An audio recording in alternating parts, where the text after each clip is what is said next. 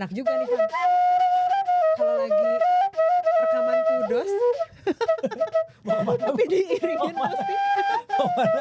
Ini mendayung jauh-jauh dari tanah air, tapi tetap lagi balik lagi, kita belok lagi ke Indonesia ya. Iya, nah sebenarnya ada apa nih di kudos kali ini? Nah, di sini kita akan membahas bagaimana kebudayaan Indonesia ini tetap diangkat, diusung di Amerika yang jauh dari tanah air. Ya, dan jangan salah, yang memperagakannya itu atau yang menampilkan itu juga adalah anak-anak Indonesia yang sebenarnya udah lama bahkan mungkin sebenarnya tidak mengenal kebudayaan Indonesia. Betul. Karena lahir dan besar di Amerika. Ya, nah ini kayaknya menarik banget obrolan kita kali ini, makanya jangan kemana-mana ya. Tetap di Kudos.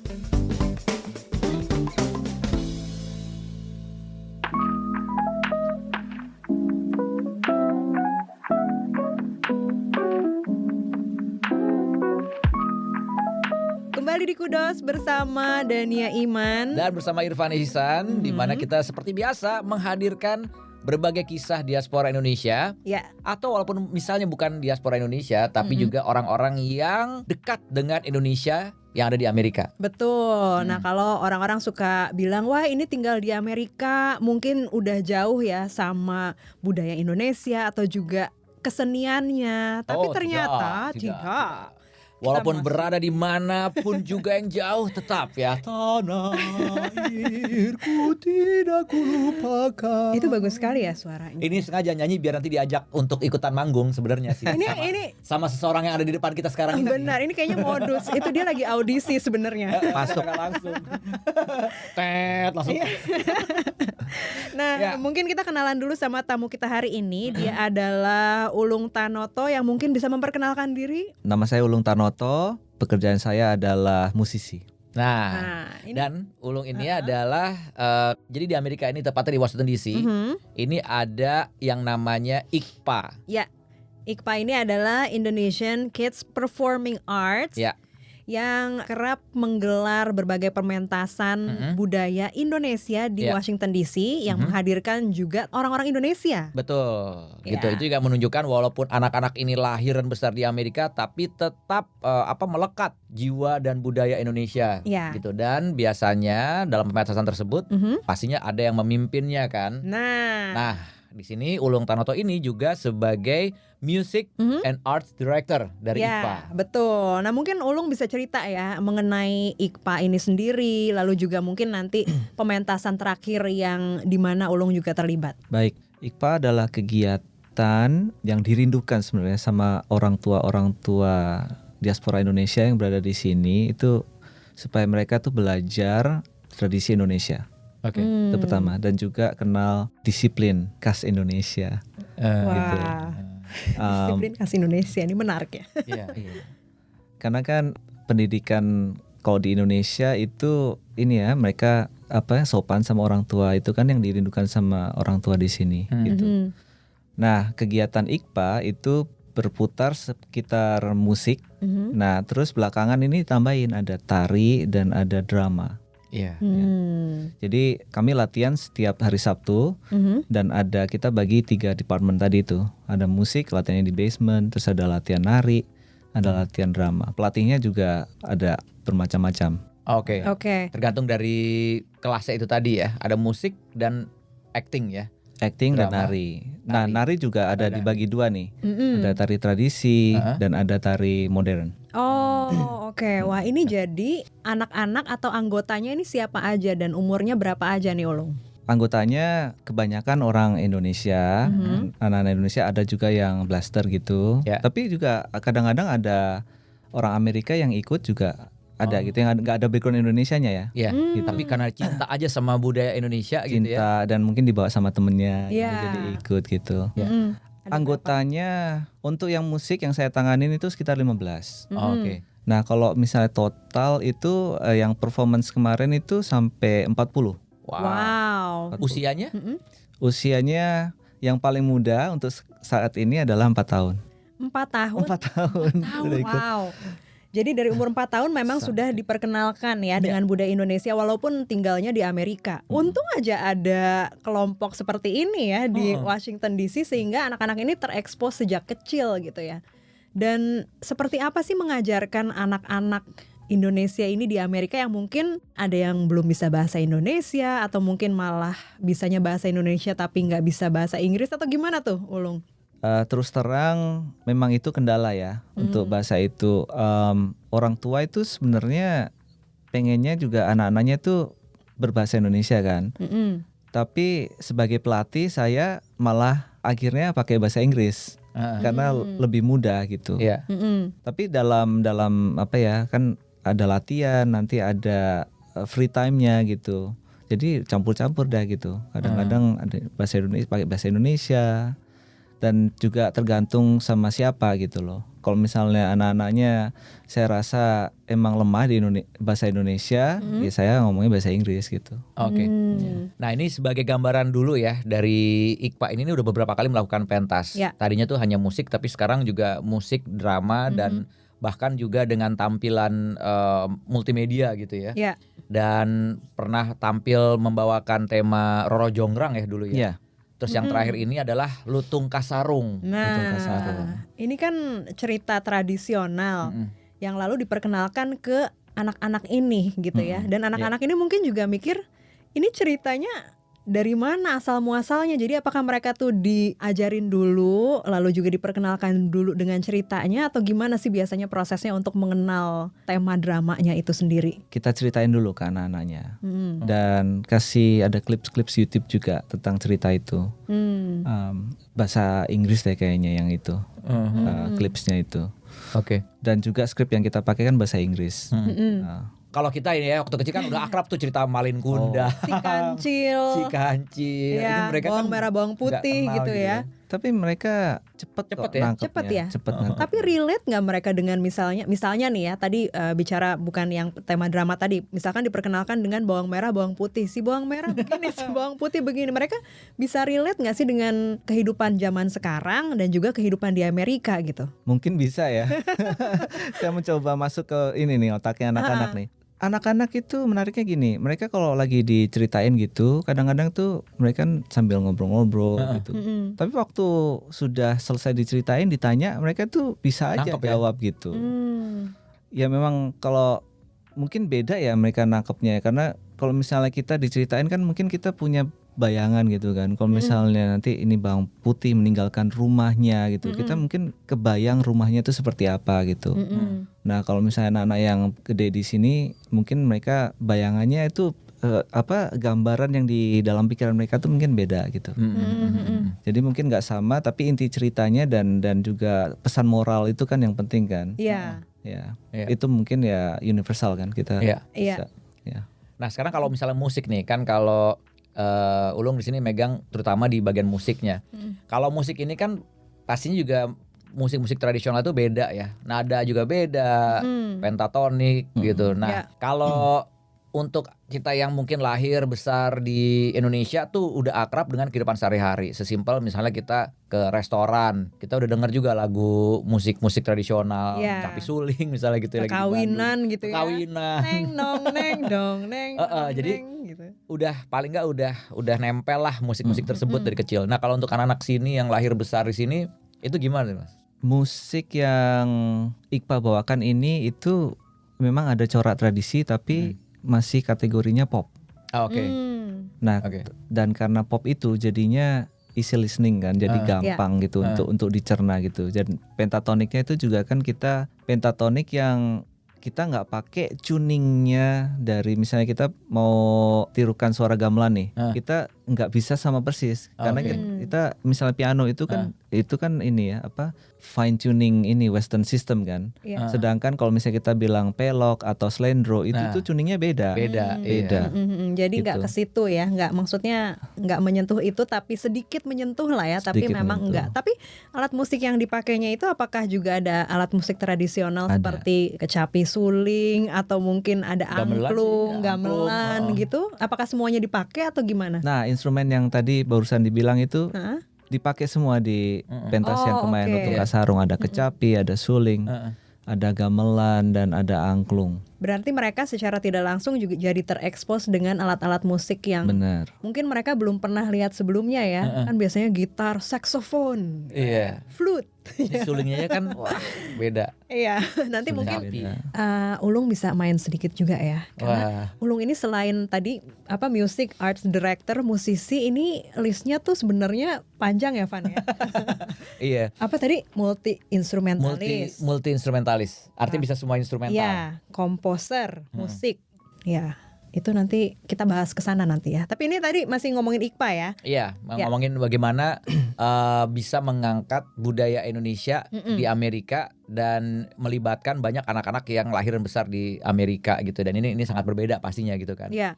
Tantangan terbesar apa nih Mas yang biasanya ngadapin anak yang mereka nggak tahu sama sekali what gitu kisah ini soal cerita mengenai bawang putih bawang merah tadi what misalnya kayak gitu kan ya. Ya, onion. Garlic and shallot. Garlic and shallot gitu. Kalau cerita sih sebenarnya nggak susah. Untuk ceritanya nggak susah. Untuk musik itu challenge yang saya hadapi itu terutama karena ada berapa anak tuh yang nggak bisa main musik sebelumnya. Nah, dan ada yang sudah. Ya, lebih rumitnya di situ. Kalau misalnya nggak bisa semua, itu malah lebih gampang. Lah, bingung nggak? jadi orang tuanya pengen anaknya ini ikutan, tapi sebenarnya nggak ada background musik sama sekali gitu ya. Iya, dan bercampur tapi nah, kan. susah yang bercampur itu yang jadi susah. Okay. Karena kalau misalnya itu pemula semua, itu diajarnya yang sama kan. Iya. Tapi karena campur, ada yang udah jago, ada yang belum bisa, itu benar. jadi lebih susah. Karena nanti kalau misalnya kasih yang gampang, nanti yang jago protes kan, dan bosen kan, akhirnya out gitu. Tapi kalau kasih susah, yang pemula nggak bisa. Nah itu gimana cara memadukannya? Ya, yang pemula itu dikasih yang gampang, tapi nggak menggampangkan musiknya, gitu. Jadi the end product itu tetap aja nggak gampangan gitu. Maksudnya tetap apik, bagus. Tapi jadi itu yang bisa lebih banyak akan diberikan part yang lebih banyak dan lebih susah menutupi yang nggak bisa. Jadi kalau misalnya seperti contoh misalnya ada yang baru belajar biola gitu, masih ngekak-ngekok, bahkan tangan nada aja belum bisa gitu. Tapi dipesenin gitu, ini ya di Tolong dong, tolong ya. Bisa kok Mas Ulung. Nah caranya saya bikin aransemennya itu satu birama satu not buat dia sebagai contoh ya. Jadi cuman ngek. Mungkin malah cuman di ketukan pertama gitu. Jadi ceng kan misalnya 4 ketuk gitu kan. Ceng 2 3 4 dan kalau bisa nadanya nggak bergerak gitu. Kalau bergerak pun sedikit gitu. Oke. Nah itu. Jadi ini kalau kita melihat intinya adalah ini kan membangun komunitas. Oke juga tuh. Nah triknya oke juga. Ya. Jadi nanti kita bisa ini ya. Tapi musiknya jadinya nggak gampang kan. Musiknya susah. Cuman partnya yang gampang untuk yang pemula itu. Iya, tapi benar. Setelah mendengar ceritanya ini jadi nggak melulu intinya kita akan pentas, tapi ini adalah membangun komunitas, benar nggak Mas? Jadi maksudnya ini menarik orang-orang dulu supaya tetap terikat dengan Indonesia, tapi end produknya ini adalah seni, gitu ya. Nah itu kan kemarin juga sempat ngobrol nih ya anak-anak yang atau orang tua yang memang terlibat di IKPA gitu ya. Mereka nih sebenarnya mungkin anak-anaknya ada yang ini kenapa sih harus ikutan gitu kan. Maksudnya ini apa mungkin yang waktu awal-awal gitu ya. Tapi begitu mereka masuk mereka juga akhirnya saling dekat. Mereka juga mengenal budaya lain yang mungkin mereka bisa banggakan di sekolah. Dan juga mereka akhirnya mendapatkan kesamaan di antara semuanya. Apakah itu memang yang tujuan dari Mas Ulung dan dari orang tua yang ikut IKPA atau gimana sih sebenarnya itu? Macam-macam ya. Ada orang tua yang udah punya ekspektasi IKPA itu seperti apa. Ada yang belum tahu. Jadi kayak kemarin tuh waktu udah ada settingnya, udah kelihatan kita main di panggung besar itu baru ini toh latihan itu anak-anak saya antar latihan tuh akhirnya seperti ini, bagus juga ya gitu. Ada yang surprise seperti itu. Jadi ada yang sudah punya ekspektasi, ada yang nggak tahu apa-apa gitu. Tapi kalau dari Ulung sendiri apa keinginannya sebenarnya yang terdalam selain menghadirkan pementasan ini gitu di Amerika? Kalau saya itu serius artis ya. Jadi maksudnya saya kalau misalnya bikin itu saya nggak mau bikin yang saya nggak mau bikin. Jadi ada timbal balik lah. Jadi saya juga punya idealisme, saya maunya bikin seperti apa, tapi juga saya harus sesuaikan sama apa yang anak-anak itu bisa lakukan gitu, dan juga anak-anak itu dapat apa gitu. Edukasi tetap harus ada dong, jadi supaya anak-anak yang diantar ke IKPA itu belajar gitu. Dan selama ini itu anak-anak yang belajar di IKPA itu jadi cinta musik. Terutama yang terlibat sama musik itu. Banyak yang alumni-alumni yang sekarang udah umur 20-an itu, mereka ada yang jadi produser musik hip hop. Wow. Ada yang jadi penyanyi juga tuh, si Almira Zaki itu kan salah satunya kan. Terus yang lain-lain juga ada, mereka masih ngeband gitu. Padahal waktu mulainya itu belum atau sedikit itu melakukan musik itu. Gitu. Jadi itu nempel. Jadi antara edukasi dan juga idealisme saya itu cari jalan tengahnya gimana nih supaya saya bisa membuat sesuatu yang emang saya mau bikin, berkesenian kan. Nah, itu, dan juga supaya bisa diterima sama komunitasnya dan anak-anak bisa dapat sesuatu. Itu cari jalan tengah. Kunjungi website kami di www.voaindonesia.com.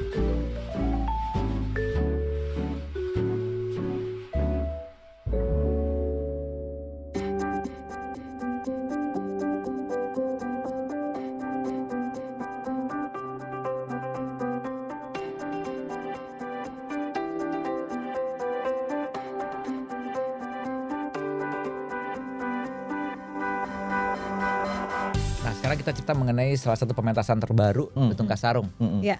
Nah ini bisa ceritain sedikit Mas mengenai dari mulai kenapa itu yang diambil, terus bagaimana menurunkan kisah yang ini kan sebuah legenda ya sebenarnya ya gitu. Kisah masyarakat ini ke anak-anak di Amerika. Terus kemarin pas di pentasnya itu pun juga menjadi tampilan yang megah dan komplit dari segala sisi gitu ya. Tariannya, kemudian juga musiknya, aktingnya gitu. Ini bisa ceritain sedikit mengenai Lutung Kasarung Mas? Pertamanya itu saya mikir cerita apa yang kira-kira bisa diterima sama masyarakat sini. Dan cerita apa yang emang kami sebagai grup ini bisa mengakomodir semua. Jadi misalnya contohnya ya, ini keluar dari Lutung Kasarung. Misalnya kita ambil cerita bidadari itu, apa tuh? Joko Tingkir ya? Sama itu yang bidadari itu, 7 bidadari yang dia nyolong selendangnya itu kan. Nah itu kan ada 7 putri kan, 7 bidadari lah. Nah kita punya nggak 7 bidadari gitu kan? Nah karena itu jadi disesuaikan sama sumber daya yang ada di IKPA gitu. Kita punya nggak anak kecil gitu kan? Kita punya nggak anak yang gede gitu? Jadi misalnya sempat jadi konsiderasi juga itu cerita ini Timun Mas. Nah tapi kan Timun Mas itu kan cuman berapa orang kan? Cuman ibunya itu terus anaknya terus ada raksasa itu kan? Seputar berkisar itu aja kan? Yang lain figuran. Jadi kita cari cerita apa yang kira-kira bisa melibatkan banyak orang karena kita punya banyak anggota. Nah, terus kenapa pilih Lutung Kasarung itu kan karena ada ceritanya kan di hutan kan. Jadi kita bisa kepikiran juga ini anak-anak bisa jadi binatang gitu. Ada yang jadi kelinci dan akhirnya emang begitu. Yang anak umur 4 itu akhirnya jadi monyet gitu. Gitu. Jadi terus aktingnya gimana gitu? Ya udah kamu monyet gerakannya seperti apa? Improvisasi aja gitu. Jadi nggak melulu harus dikasih direksi. Skrip gitu ya. Kamu mesti geraknya begini. Ya udah kamu pikir aja jadi monyet seperti apa. Jadi lebih malah dikasih kebebasan buat anak itu berimajinasi ya. Iya, benar. Belajar lagi kan kembali ke edukasi gitu. Anaknya dapat sesuatu. Jadi itulah kenapa Lutung Kasarung ada beberapa faktor yang lain ya. Kita juga cari yang pesan moralnya baik apa gitu. Dan yang relevan yang sama kondisinya IKPA saat itulah, maksudnya ini kayaknya cocok nih ini cerita ini untuk anak-anak gitu. Kalau bicara mengenai pesan moral ya pasti ini bisa diterima lah ya oleh berbagai kalangan dan warga internasional juga gitu. Tapi ketika memilih cerita itu apakah ada yang juga diadaptasi sedikit supaya ini lebih mengena mungkin di hati warga internasional? Ya, modifikasi ada. Hmm. Itu juga ada hubungannya sama anggotanya. Jadi ini misalnya ini ada yang nganggur nih belum dapat peran, kita bikin apa ya gitu. Oh ada prajurit lah gitu, gitu loh. Jadi itu kan ada ceritanya di kerajaan kan, dari kerajaan kan terus dibuang kan itu si putri yang dikerjain sama itu kan saudaranya itu kan karena jealousy kan. Jadi gimana itu dibuangnya itu ditemenin sama prajurit. Nah itu ada anak kecil gitu yang kamu dah jadi prajurit dan lucu gitu loh. Naturally jadi funny karena kayak dia hormatnya kayak gimana tuh lucu gitu. Bisa diimprove juga di situ, dimainin di situ ya. Iya.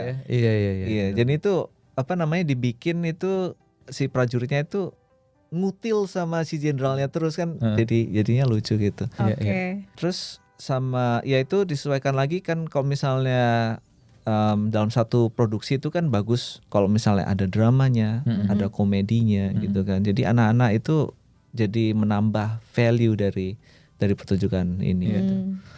Dan ini kemarin ini pementasannya itu dilakukan di hall sebuah kampus ya. Kampus Di Washington DC. Di Washington DC dan itu full. Ya. Penuh. Kapasitas waktu itu berapa orang Mas nonton? Kalau fullnya itu 700. 700 ya. Atau lebih ya, tapi kita sekat yang di atas itu supaya orang-orang lebih di bawah dulu. Jadi kalau di atas lebih dibuka itu lebih banyak lagi. Kemarin berapa audiensnya Mas? Target kami tuh 500, tapi terus akhirnya berapa ya? 600 kali. 600 kali. Hampir ini ya, full capacity ya waktu kemarin itu ya. Iya. Dan ini 3 jam loh pementasannya loh. Wow. 3 jam dan banyak yang bilang mereka stay dari depan sampai belakang. Wow. Ya. Ini persiapannya berapa lama kemarin untuk dari mulai konsep sampai pertunjukan? Nggak lama. 6 bulan. 6 bulan. Dan 6 bulan itu nggak lama untuk sebuah produksi seperti itu. Iya. Dan untuk melatihnya juga itu kan anak-anak gitu kan, sampai mereka bisa hafal part mereka itu nggak. Sebenarnya dari saya pribadi tuh pengennya punya waktu lebih banyak gitu. Dan kemarin tuh surprisingly waktu gladi bersih itu masih belepotan sedikit-sedikit lah. Tapi waktu manggung itu bersih luar biasa. ya, beneran. Wah. Lancar. The kids know what they are doing gitu. Jadi kayak ada ininya gitu. Stage presence-nya itu mendukung. Iya. Dan ini setelah 6 bulan walaupun ini memang hanya sebentar ya. Tapi kan Ulung kan terlibat dari awal detail sampai akhir gitu ya. Kepuasan apa yang dirasakan ketika akhirnya mentas terus ngelihat anak-anak ini yang tadinya nggak bisa atau mungkin nggak mengenal ceritanya sama sekali sampai akhirnya jadi pentasnya dan tadi lebih bagus malah dari gladi bersih itu apa tuh? Puas sekali. Itu kan seperti ini ya saya berkarya, artinya karyanya direalisasikan itu apa ya? The ultimate inilah. Kepuasan ya. Kepuasan yang ultimate. Oke. Nah, apa yang pengen kayak masih pengen banget nih dilakuin nih? Mimpi ya. Di luar IKPA, saya kan komposer. Ya, pengennya tetap berkarya dan karyanya bisa lebih terekspos dan bisa dinikmati orang-orang. Itu. Oke. Nah, kalau gitu bicara dong mengenai Ulung sebagai seorang komposer. Nah, ini berarti udah membuat beberapa karya, berapa lagu? Terus udah. Kita bisa mendengarnya. Lagu saya pisahkan nih antara lagu dan konser musik. Kalau di bidang konser musik ini yang kan saya sekolahnya musik komposisi nih kan. Itu kan kita bicara Western tradition. Western tradition dan spesialisasi saya adalah menginfuse Indonesian element di situ. Dan saya udah bikin berapa karya itu yang di topik itu ada string quartet, bahkan ada ini saya bikin untuk instrumen gayagum, itu instrumen Korea, zither instrumen itu kayak kalau di Cina itu kan zither, kita bilangnya apa itu ya, kalau di Jepang itu kan koto itu kan, nah Korea itu gayagum itu. Itu saya bikin judulnya fleksibilitas. Itu first movementnya saya kasih judul ini bambu patah. Jadi itu elemen-elemen Indonesia ada di judulnya, ada di ada juga di notasinya itu saya juga pakai elemen pentatonik di situ. Walaupun sebenarnya bahasa yang saya pakai adalah bahasa Western tradition ya. Jadi tetap ada yang namanya chromaticism gitu. Jadi suaranya itu nggak seperti degung gitulah. Iya. Tapi ada unsur-unsur tradisinya di situ. Sama kayak jadi world music itu nggak Mas sebenarnya? Enggak, beda. Kalau world music, the genre world music itu kan biasanya banyak percussion. Terus kalau kita dengerin tuh kita tahu kita kayak berasa di Cina atau di Arab gitu kan. Banyak dipakai di movie gitu kan untuk misalnya ini lagi di mana nih, dikasih musik itu supaya mereka tahu ini di situ gitu kan. Nah, kalau ini beda, lebih ke sebenarnya museum art gitu.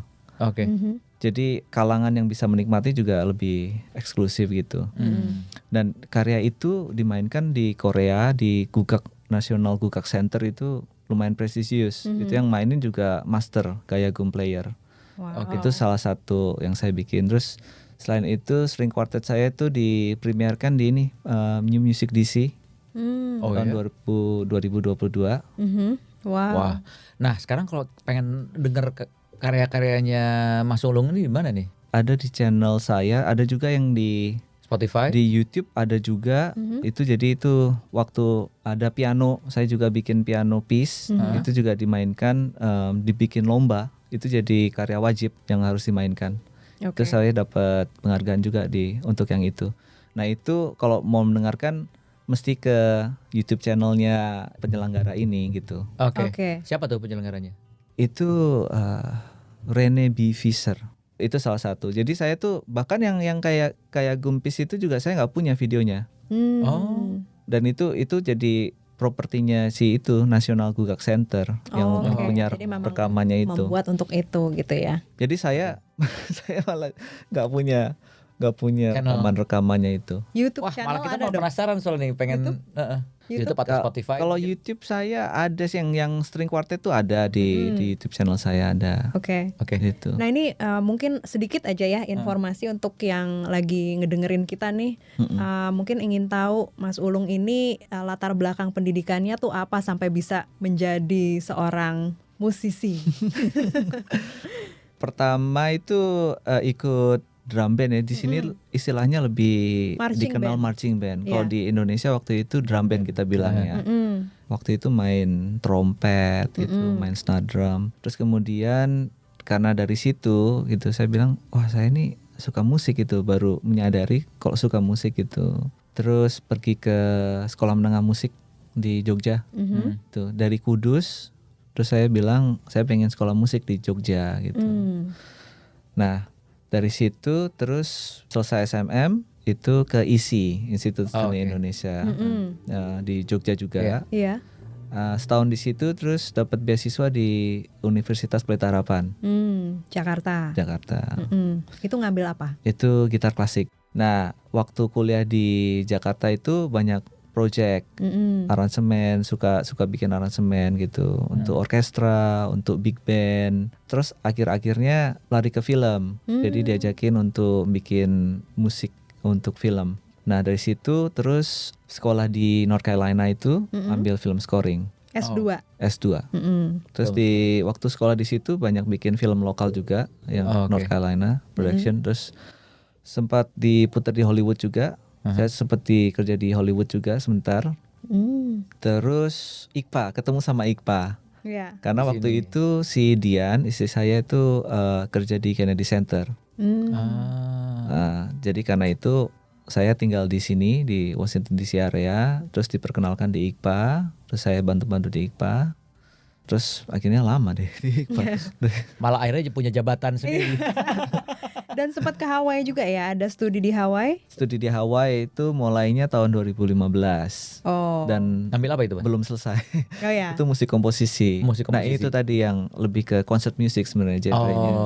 Coba dimainin sedikit ya, yang ini ada alat-alat instrumen ya di studio kita hari ini.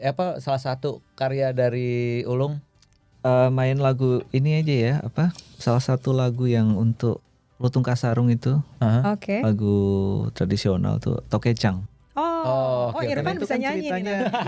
Nggak bisa joget. Menjebak. ceritanya kan cerita dari Jawa Barat gitu. Jadi lagu-lagunya juga banyak yang dari Jawa Barat. Iya. Oke. Gitu.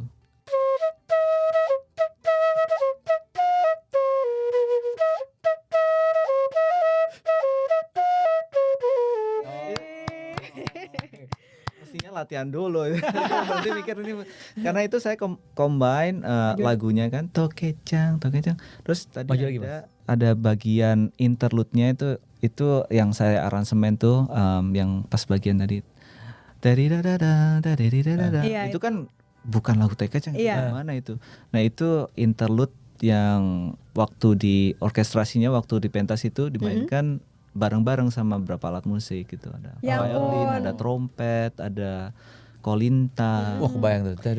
Iya, ini kayak merinding loh. Itu tadi ngedengar suara itu aja merinding, apalagi ketika di pementasannya gitu ya. Iya. Terima kasih.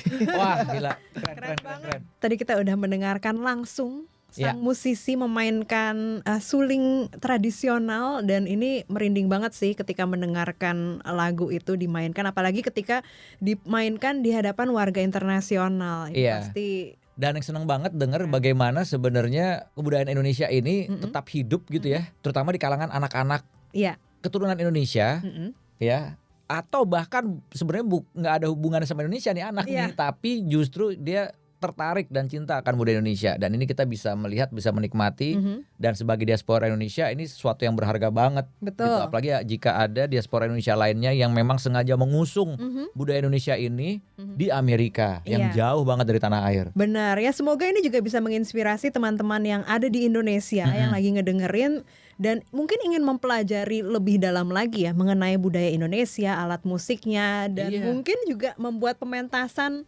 dari cerita-cerita yang legendaris itu. Nah itu dia, anak-anak yang di Amerika aja, itu Iya. ibaratnya ya, ini benar-benar bangga, dan bahkan mereka terus mengembangkan Iya.